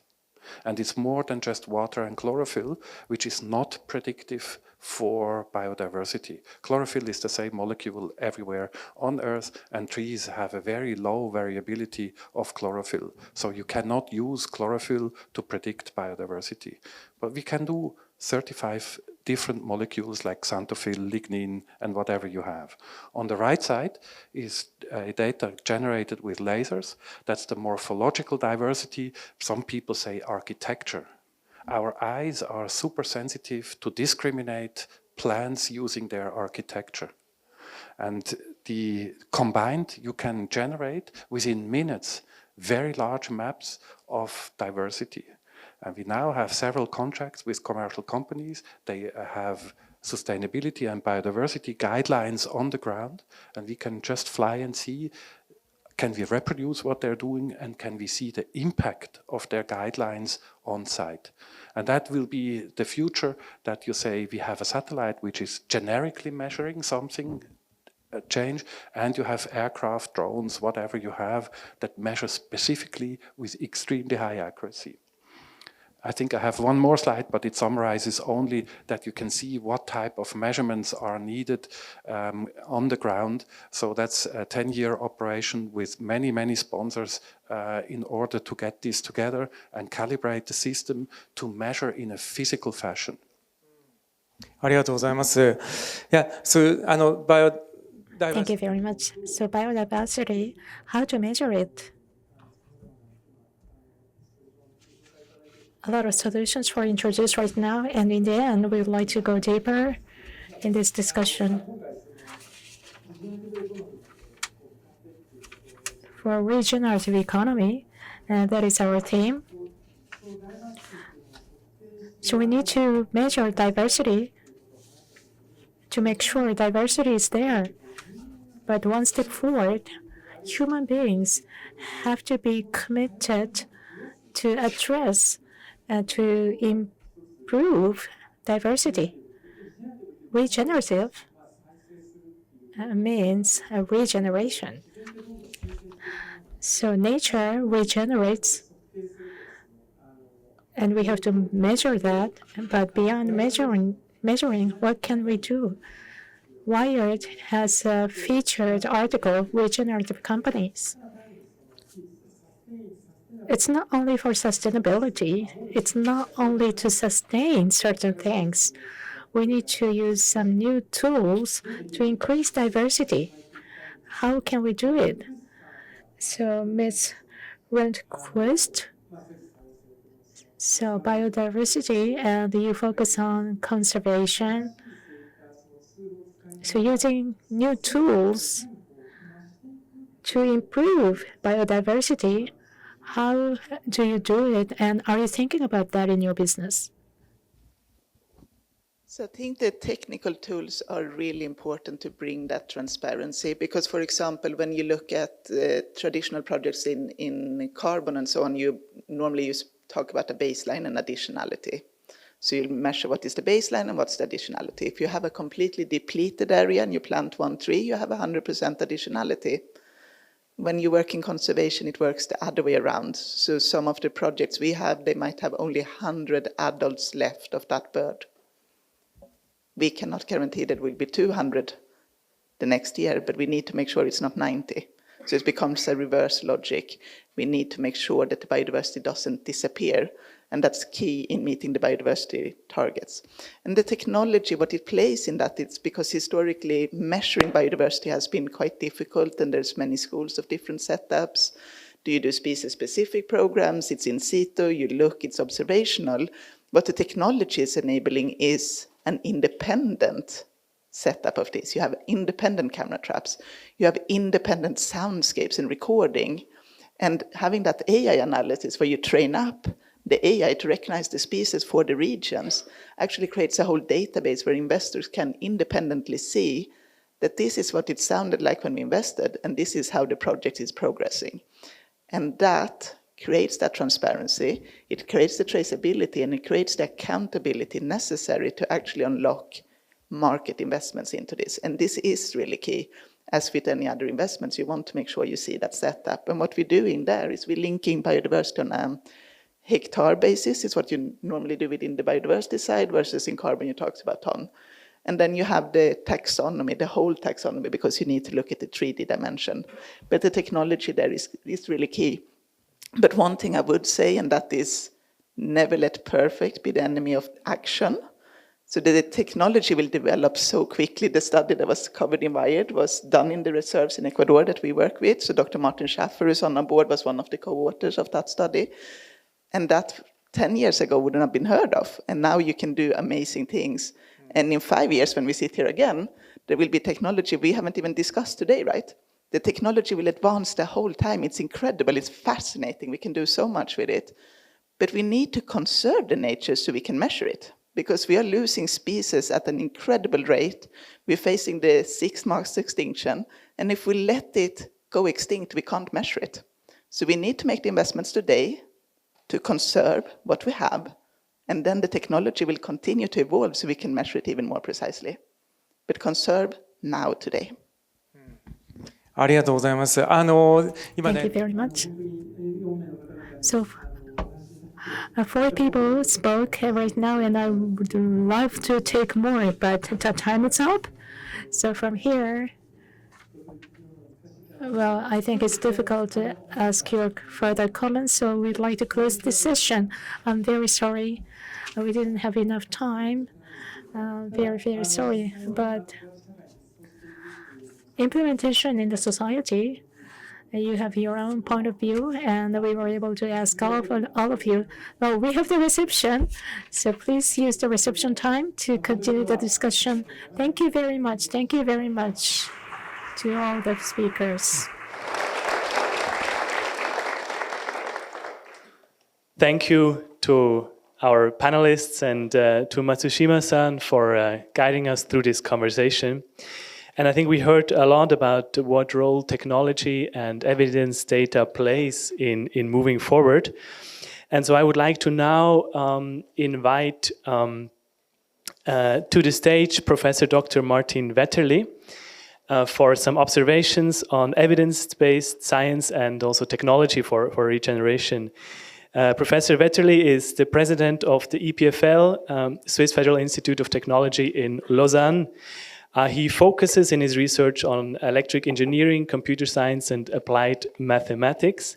And he's the author of some 50 patents, some of which have also led to startups and spin-offs, as I understand. Mr. Wetterli, the stage is yours. Thank you. Thank you very much. Well, it's a pleasure to be here. As you heard from this short bio of mine, I have very little background to talk about what I'm going to try to summarize, which is not a good start, you would say. But at least I have a certain neutrality with respect to the topic, which maybe is good. I found the 2 panels super interesting, so I learned a lot, starting from relatively low knowledge. But what worried me a little bit is, I think my colleague Michael Shepman said, there is not a good definition of biodiversity, right? I mean, if I had to put one, I would call it some entropy measure, right? Because if there are very few species, it's low entropy, it's not good. But clearly, if there are different definitions of biodiversity, it's hard to measure, and if it's hard to measure, it's hard to see how to make progress, it's hard to regulate, it's hard to put a price, and so on. The other thing that struck me is, also my colleague said it, is that biodiversity is 15 years behind the science of climate change.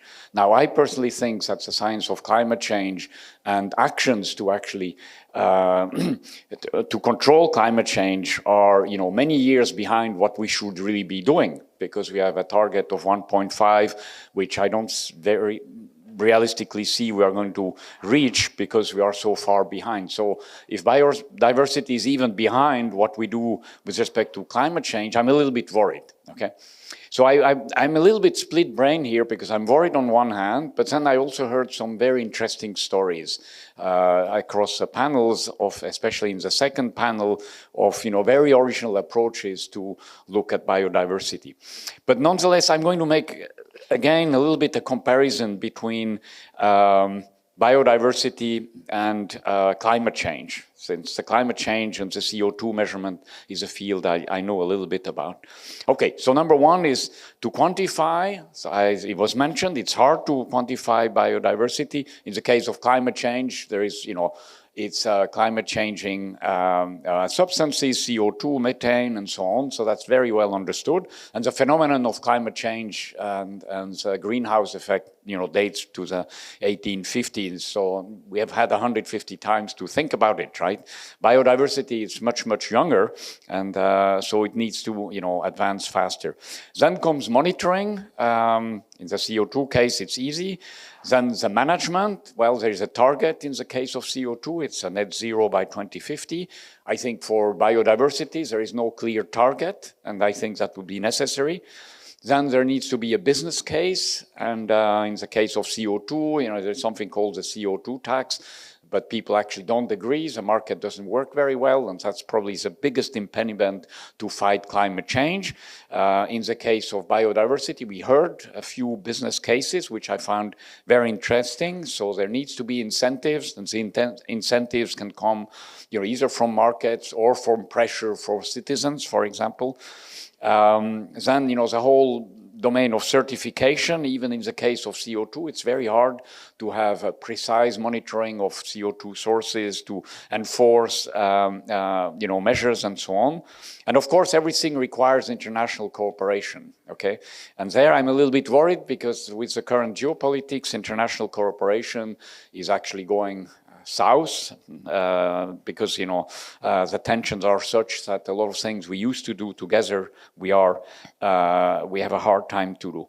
Now the history of carbon credits makes me a little bit worried because there has been a lot of fake news, let's put it that way. So I hope that the biodiversity will not fall into similar traps.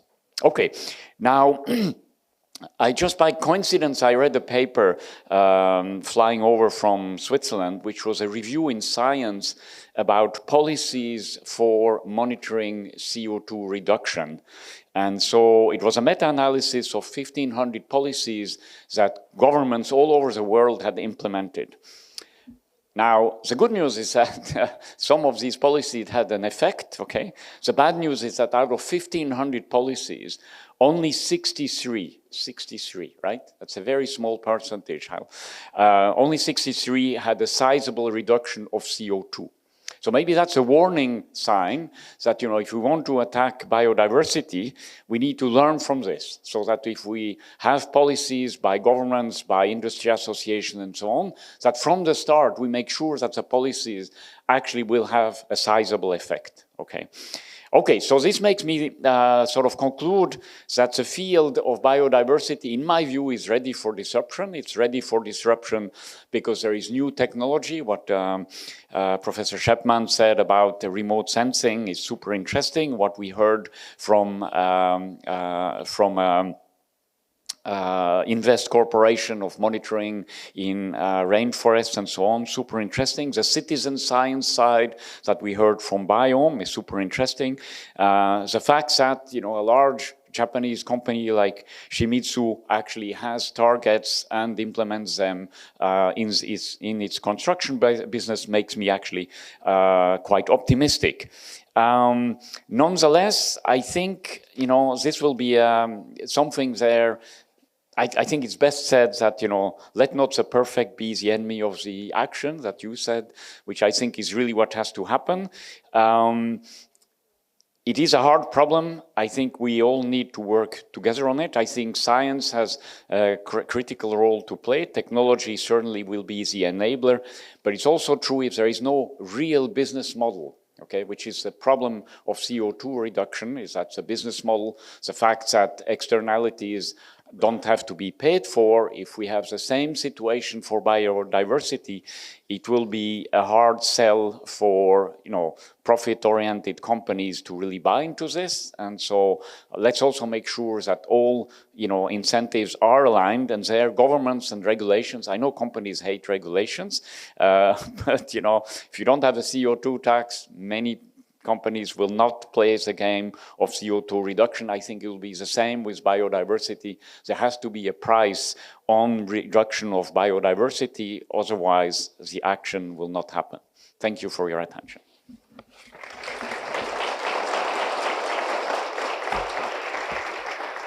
Professor Wetterli, thank you for sharing your observations and views. Now, ladies and gentlemen, we are approaching the end of our forum, and I would like to invite one last speaker to join us on stage. He is the speaker who has accepted the challenge of doing an integrative summary of what we have heard and discussed today. Mr. Peter Becker, if I may invite you to the stage. Mr. Becker, for more than a decade, has served as the president and CEO of the World Business Council for Sustainable Development based in Geneva, Switzerland. It is a CEO-led community of the world's leading sustainable businesses. Mr. Becker holds several corporate sustainability advisory board positions and has recently been named, as I understand, as one of the top 100 climate leaders in business by Time magazine. Thank you for joining us here in Tokyo, Mr. Becker. The stage is yours. Thank you so much. It's the summary of the summary that I'm asked to present, and that's not what I'm going to do. So this morning I woke up and I look at my program. I've been in Tokyo for the last 4 days, and all meetings where I was talking about nature. Yesterday there was the Global Common Forum. The day before there was a session on putting nature on the balance sheet. And all of Tokyo is filled with expertise of people that talk about the topic. And I asked myself, why is the Swiss-Japan Economic Forum putting this on the agenda? But I have to say, I'm deeply impressed with what I've heard this afternoon. 12 years ago, I had my first outing on a nature meeting. Another Swiss-based organization, the IUCN, organized the World Conservation Congress in Jeju Island. I was asked to walk onto the stage as the representative of global business to give my impression of what nature meant for business. I opened my speech by saying, hello, I am a capitalist. That nearly led to a riot in the organization. I said the mistake in capitalism is not that capitalism is bad, but that it only focuses on financial capital, and that natural capital and social capital, by the way, are excluded from the calculations. And that, I think, are the points that also Professor Schaefman made when he said we need to put this into value models, into pricing models to really reflect the value of nature that it has. So I'm incredibly optimistic to hear that in the conversation here, we had conversations both from an economic point of view, from a disclosure point of view, and from an innovation point of view that seemed to move in that direction. But let me dial up the urgency, if I may. Because also in this town, still today, is Professor Johan Rockström. And he is one of the best and leading scientists in the world when it comes to the planetary boundary framework. 2 weeks ago, he and his colleagues published the Planet Health Check. For the first time, the planetary boundaries are now being optimized and published each year to show what the state of our planet is. And there's a couple of key messages coming out of that publication. The first one, 1.5 degrees is no longer feasible. This is now scientifically, there is no longer a scenario that the world will stay below 1.5 degrees. And that is the safe operating space for humanity. We will overshoot somewhere between 1.8 and 2.7 degrees. We then need to maximize the decarbonization to be back under 1.5 degrees. in 2 or 3 decades later, and hope that natural tipping points will not cause irreversible damage in the meantime. The second thing that that report says is that the planetary buffers, and those have a lot to do with biodiversity, are no longer capable of absorbing the abuse that humans are putting in the planet. The oceans are no longer capable of absorbing CO2. With the deforestation rate that we put onto the planet, we now see that also there the capacity is gone.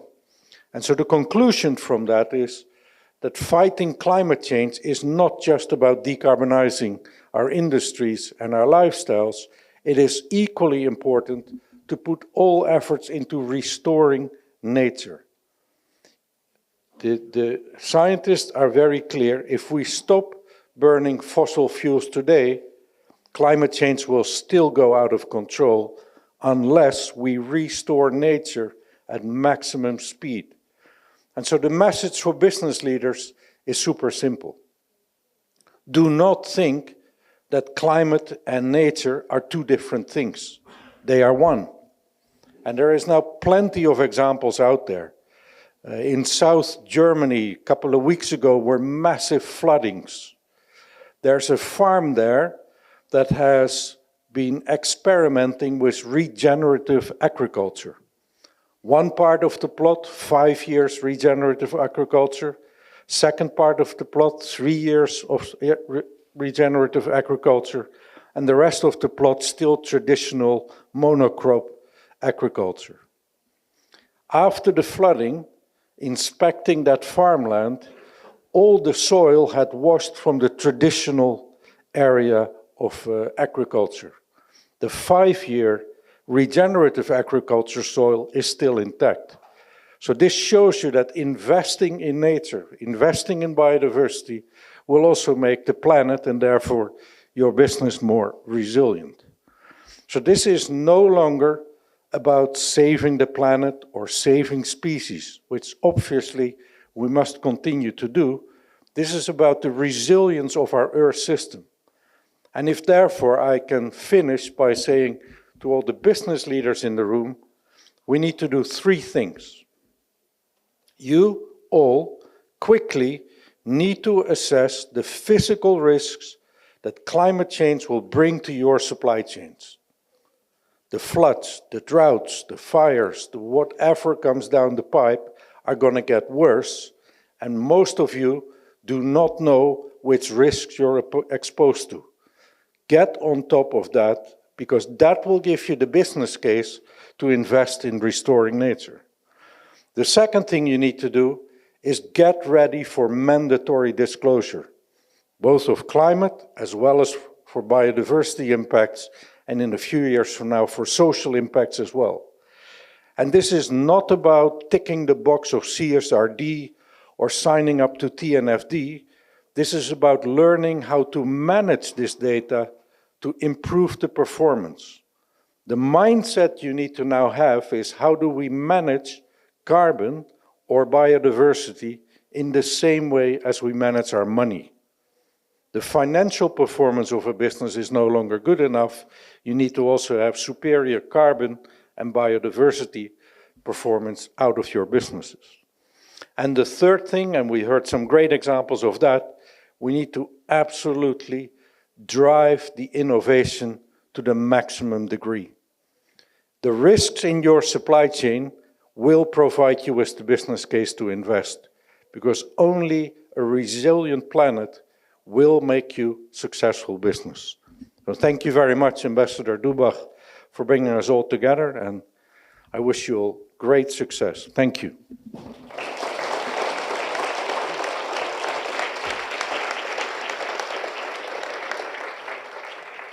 Mr. Bakker, thank you very much for these compelling remarks and these really 3 actionable also takeaways for the business leaders from Champadis and Swiss companies that we have in the room today. So this brings us to the end of the forum. I would like to ask you all to give one more round of applause to all our speakers today. They really deserve it. Thank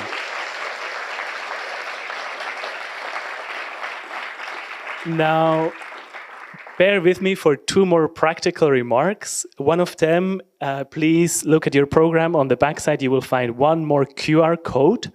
And we would like to ask you to scan it. It will lead you to a very short survey on today's event. We always strive to improve, and your comments would be very much appreciated for our future work. And second, and this is important, please leave the headsets in the room.